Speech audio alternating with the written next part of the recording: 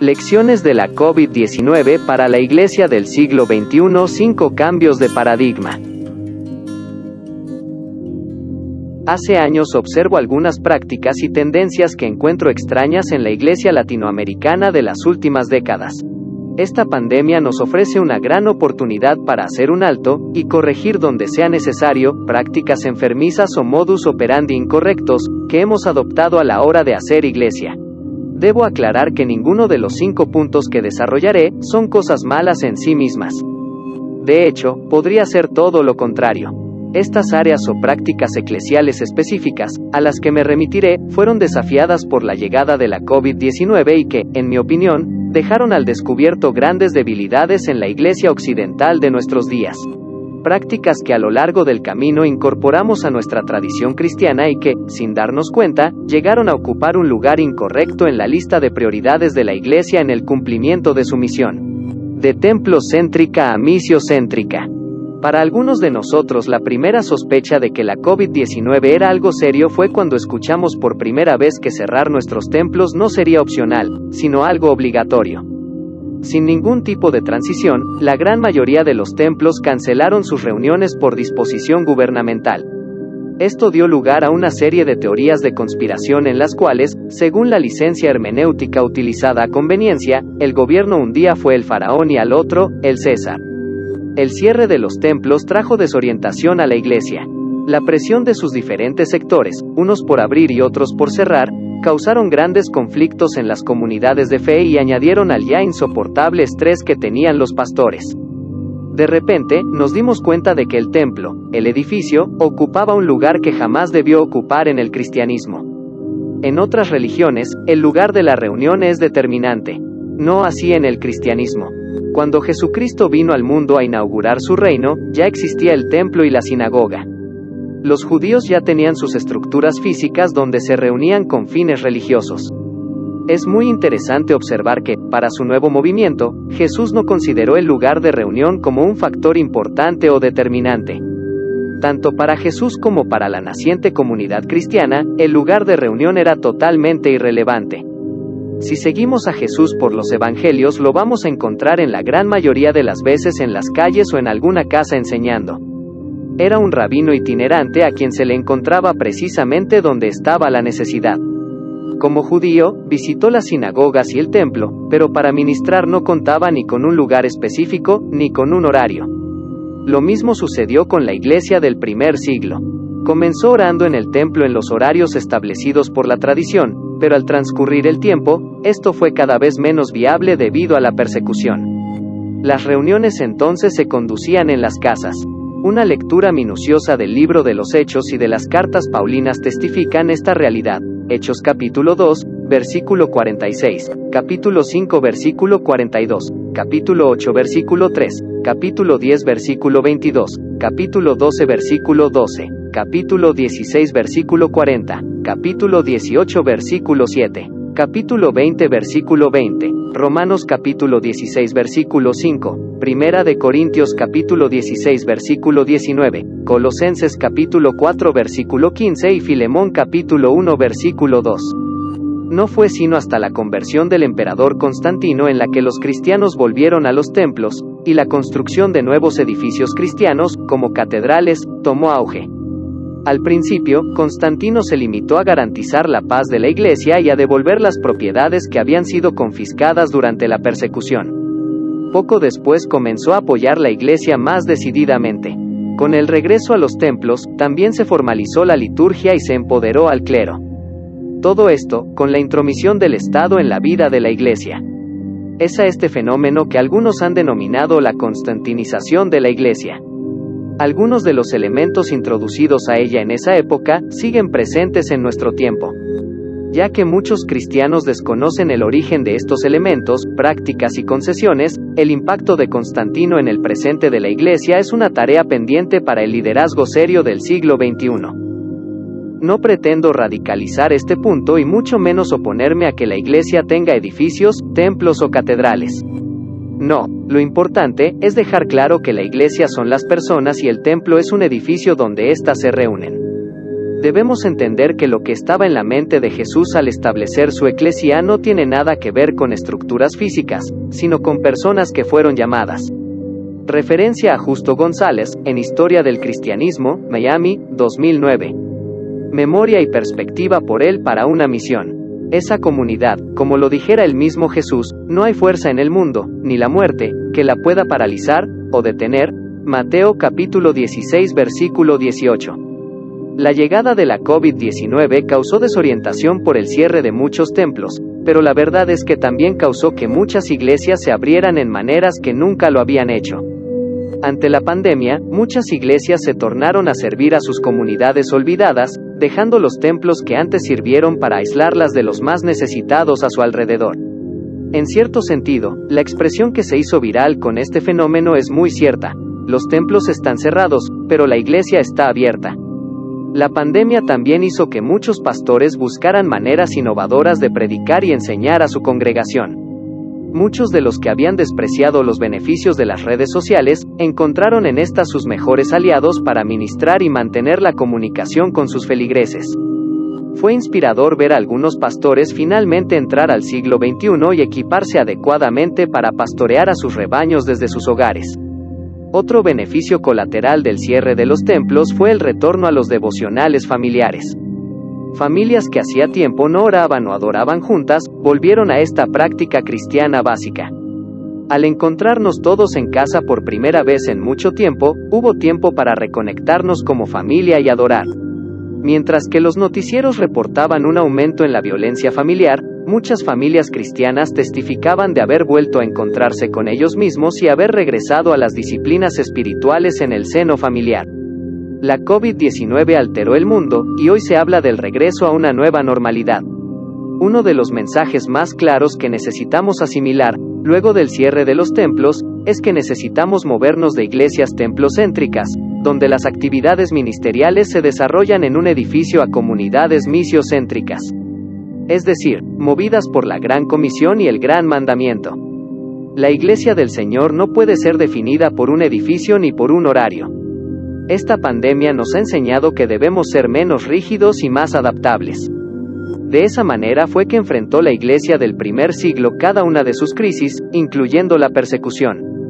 De poderío financiero a la dependencia de Dios. Mi segunda observación ante la llegada de la COVID-19 fue la gran preocupación de los líderes religiosos por el impacto económico que la pandemia tendría sobre sus ministerios. Como líder conciliar y habiendo servido como director mundial de finanzas en mi organización, puedo decir con toda honestidad que comprendo la preocupación de los pastores. Y es que las finanzas en cualquier ministerio son importantes. Son tan importantes que a veces lo más espiritual que podemos hacer en el liderazgo es tener una perspectiva correcta del dinero y los bienes que administramos. Jesús habló frecuentemente sobre el dinero. Habló sobre la mayordomía de la vida más que de cualquier otro tema.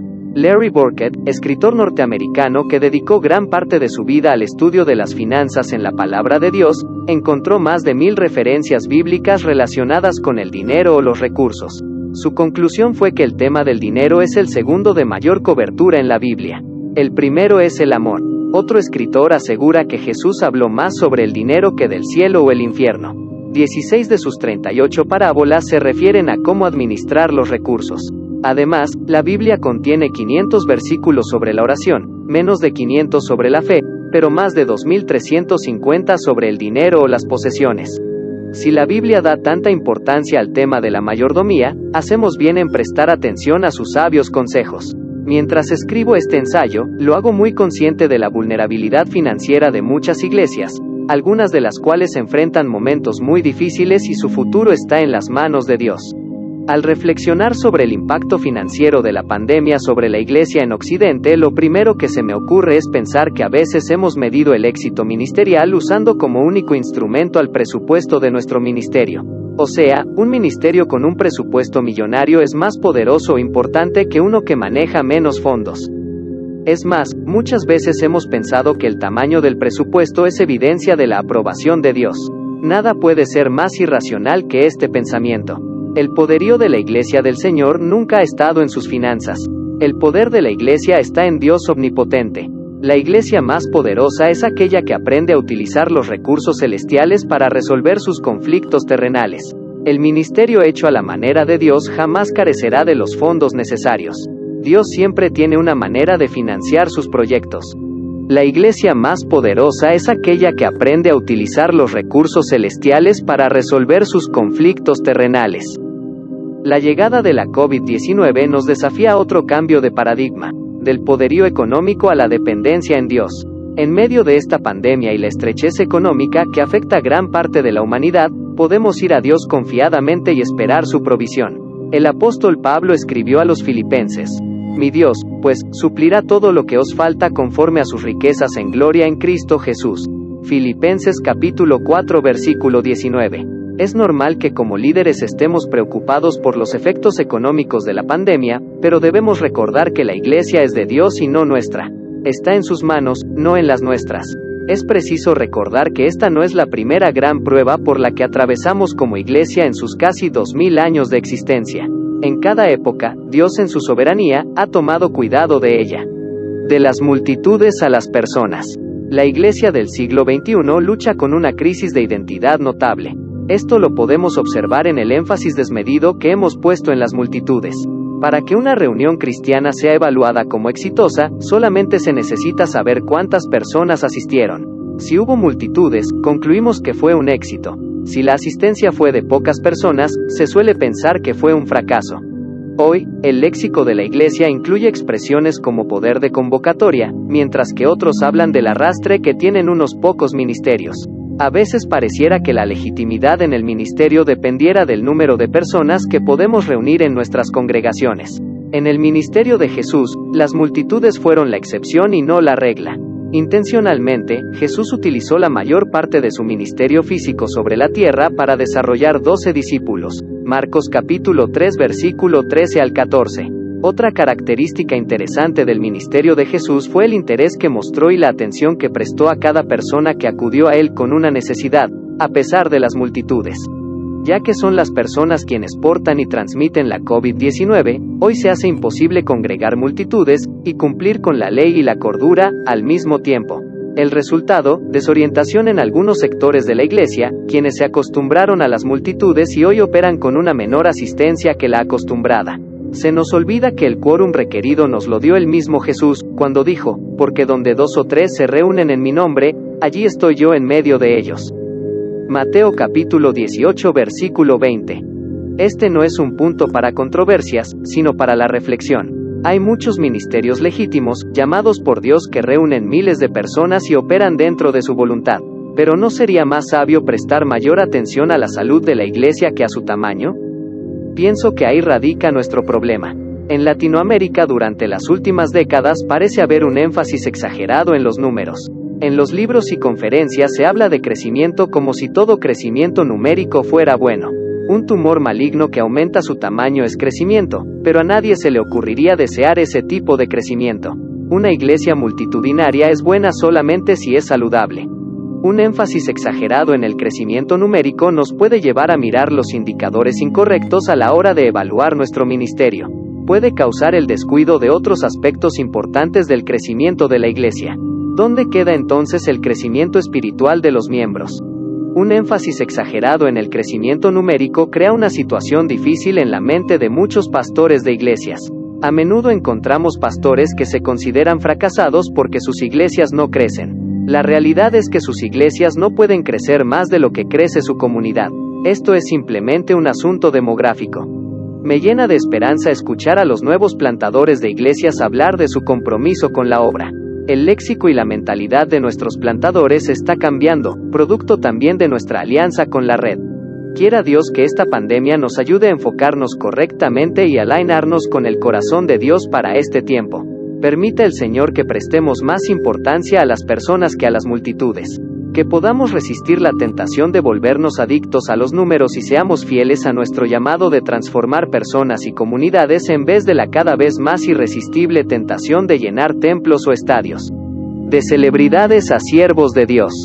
Una vez que tenemos miles de personas en un auditorio, lo más lógico sería que hagamos algo con ellas.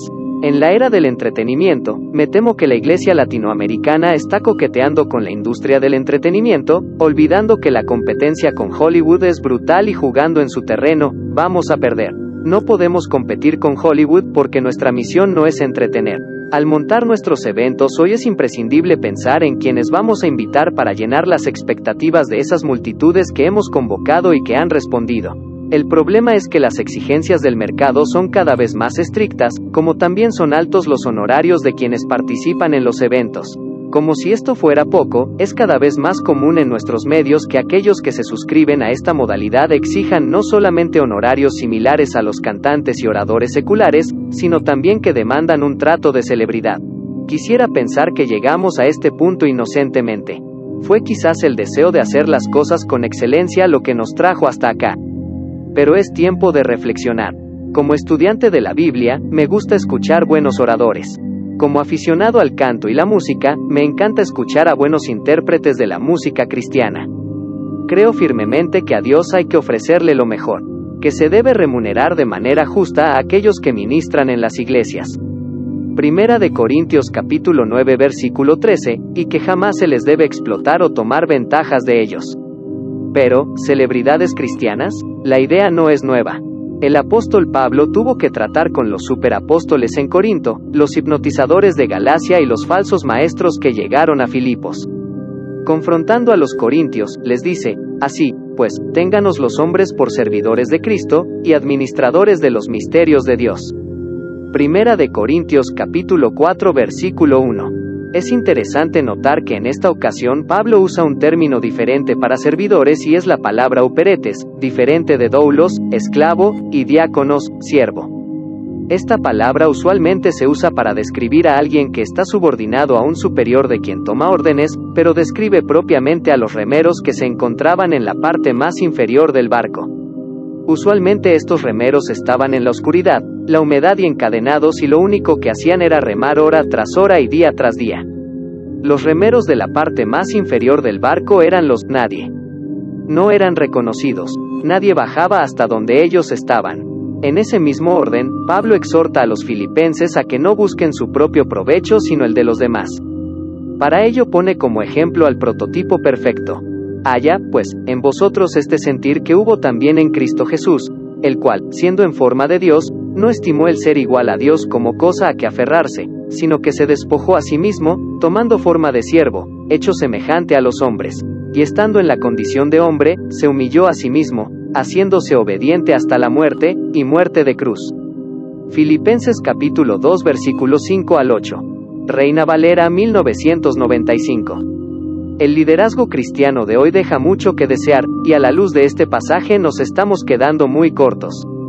En la iglesia de hoy existe una gran obsesión con los títulos de grandeza.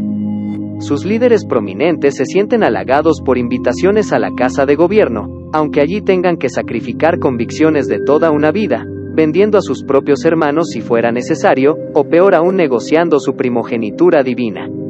Su voz profética, por un plato de lentejas con el partido de gobierno. No es así con Pablo, quien 10 veces usa la palabra froneo y sus variantes, en los 4 capítulos de Filipenses, a saber, capítulo 1 versículo 7, capítulo 2 versículo 22, 2 veces, capítulo 3 versículo 19, capítulo 4 versículo 2, y capítulo 4 versículo 10, 2 veces. La repetición intencional del término froneo, mentalidad, actitud o sentir, parece sugerir que Pablo desea que los filipenses sepan cuál debe ser su actitud en cuanto al servicio cristiano. Esa mentalidad, sentir o actitud debe ser la que adoptó Cristo en forma de kenosis. Kenosis es el término griego traducido como despojarse, anonadarse, rebajarse, o humillarse, que describe a Cristo en la encarnación, capítulo 2 versículo 7. En vez de aferrarse a su divinidad, lo que hizo fue despojarse de la misma y tomar forma de siervo. ¡Qué ironía más grande! Que el Hijo de Dios se haya encarnado y voluntariamente se haya humillado a ser como un siervo entre nosotros y que hoy haya una mentalidad tan diferente respecto a lo que significa servir en el ministerio. En este sentido debemos estar de acuerdo con las palabras del Dr. Eldin Villafañe, quien advierte que, El reto a la Iglesia contemporánea, que va en contra de la mentalidad de los enemigos de la cruz de Cristo, es a desarrollar una mentalidad cristiana, a tener la mente de Cristo, a demostrar la fronesis por medio de una kenosis. Si no fuesen suficientes los ejemplos neotestamentarios, un repaso a las 5 solas de la Reforma con Lutero a la cabeza, nos podría servir como una buena brújula para mantener en perspectiva correcta nuestro rol y actitud en el servicio cristiano. Los reformadores nos recuerdan cuáles son las prioridades de la Iglesia y cuáles son los temas para predicar y enseñar. Solo Cristo, solo la Escritura, solo la fe, solo la gracia, solo a Dios la gloria. Se puede entender mucho más fácil la resolución de los reformadores si comprendemos el contexto en que tomaron lugar. Estas fueron verdaderas protestas y desafíos a una iglesia que había perdido su rumbo y necesitaba volver al camino correcto. Los efectos del coronavirus sobre la iglesia hicieron imposible que las celebridades cristianas pudieran llevar a cabo sus funciones. Con los templos cerrados, sin multitudes y sin finanzas, no hubo necesidad de celebridades. La gente necesitaba comida, medicina, asesoramiento y todo lo que fuera necesario para la supervivencia. Las iglesias locales, encarnadas en sus comunidades y dirigidas por siervos de Dios, salieron a servir a los más vulnerables. Otro cambio que necesitamos realizar urgentemente es abandonar nuestra obsesión con las celebridades y tornarnos a servir a Dios, sirviendo a quienes más nos necesitan. De estructuras que ahogan a organismos vivos, rápidos y flexibles. La COVID-19 desafió todas las estructuras. Muchas de ellas colapsaron muy rápido. Los mejores sistemas de salud del mundo, los mejores hospitales y las más fuertes economías sucumbieron ante un desconocido virus. La efectividad y eficiencia de los gobiernos fueron probadas, solo para demostrar grandes deficiencias. La Iglesia no fue la excepción. La razón para la desorientación de la Iglesia es el resultado de haber sido sacados de nuestra área de comodidad. De repente, todo lo que sabíamos no nos servía para mucho. El mundo había cambiado sin previo aviso. Sabemos muy bien que los seres humanos tenemos la tendencia a resistir el cambio. Pero esta pandemia nos ha enseñado que estamos en la obligación de evaluarlo todo. Nuestros métodos, programas, forma de gobierno y sistemas financieros, solo por mencionar algunos. Mucho de lo que hacemos obedece a una realidad y un mundo que ya no existe. Aún quienes diseñaron los sistemas que hoy nos rigen cuestionan su eficacia y eficiencia. Es cierto que estos sistemas funcionaron en un tiempo trayendo mucho provecho a la Iglesia y su misión. Pero en un mundo en que lo único seguro que tenemos son los cambios constantes, ella hace muy bien en comenzar a cuestionar sus métodos, a cuestionar sus programas y ser objetiva en su autocrítica. El siglo XXI demanda una iglesia que no esté atada a formas y programas que le quiten agilidad a la hora de responder a las necesidades urgentes de las personas y comunidades a las que ha sido llamada a servir. El mundo espera con ansias la manifestación de los hijos de Dios de manera rápida y tangible con respuestas integrales que llenen sus vacíos existenciales. Ya el mundo tiene suficiente burocracia en los gobiernos. La iglesia deberá ser dinámica y flexible, si es que quiere llegar a la gente en el momento adecuado. El hecho de que algunos de nuestros sistemas, políticas y procedimientos se hayan convertido en camisas de fuerzas que sofocan a buenas y legítimas instituciones no significa que la respuesta a esta problemática sea el caos. En ese caso, la cura podría ser peor que la enfermedad. Los ministerios cristianos y quienes los dirigen, por naturaleza deben ser personas y entidades que rindan cuenta, sean transparentes y que practiquen una sana mayordomía de todos los que se les ha confiado. La implementación de controles internos adecuados es una buena manera de evitar los problemas éticos antes de que sucedan. Debemos aprovechar esta reflexión para preguntarnos si nuestra estructura era la adecuada para servir a la Iglesia y la comunidad. ¿Cuántas capas de gobierno hubo que consultar para tomar una decisión que debió ser fácil y rápida? La respuesta a cada una de estas preguntas nos puede educar y revelar cuán preparados estamos y cuán ágil es nuestra iglesia local a la hora de responder a los impredecibles retos de la vida. Esta pandemia no será la última crisis que enfrentaremos. Por lo tanto, luego de hacer nuestra tarea y revisar nuestras estructuras, deberíamos concluir muy honestamente que, si la estructura no le sirve a la misión, hay que desmantelar la estructura. Conclusión: en un mundo post-COVID-19, la Iglesia debe continuar su misión. Para ello, debe hacer un autoanálisis. Aprovechando la pausa causada por la pandemia y observando con cuidado su impacto sobre la vida de la Iglesia, he arribado a las siguientes conclusiones. Necesitamos depender menos del tiempo que pasamos en el templo, el edificio, y ser más intencional en cuanto a la misión. El ministerio de Jesús y la iglesia primitiva nos dan un buen modelo. No debemos referirnos a las finanzas como la fuente de donde proviene nuestra fortaleza. Aunque las finanzas son importantes, nuestra dependencia está en el Dios que provee. Las multitudes son buenas si Dios las trae y están creciendo integralmente. El número de personas que se congrega no nos dice nada en cuanto a la salud de una iglesia. Jesús prometió que donde 2 o 3 se congreguen en su nombre, Él estaría presente. La iglesia debe alegrarse cuando Dios usa en una manera extraordinaria a uno de sus miembros, pero jamás debemos convertirlos en celebridades. El término bíblico de siervo es mucho más adecuado que celebridad, para referirnos a quienes Dios usa en su iglesia. Eso no significa que no se les aprecie o se remunere de manera justa. Por último, mientras más estudiamos la historia de la iglesia, más claro está que Dios no está comprometido con nuestros métodos y estructuras. La iglesia en su larga historia ha tenido que buscar maneras dinámicas y flexibles de llevar a cabo su misión sin comprometer el mensaje. Creo que una vez más hemos llegado a ese punto de mirarnos con ojos críticos, hacer los ajustes necesarios y enfrentar con responsabilidad e inteligencia nuestro llamado a ser luz y sal en un mundo que nos necesita y espera por nosotros.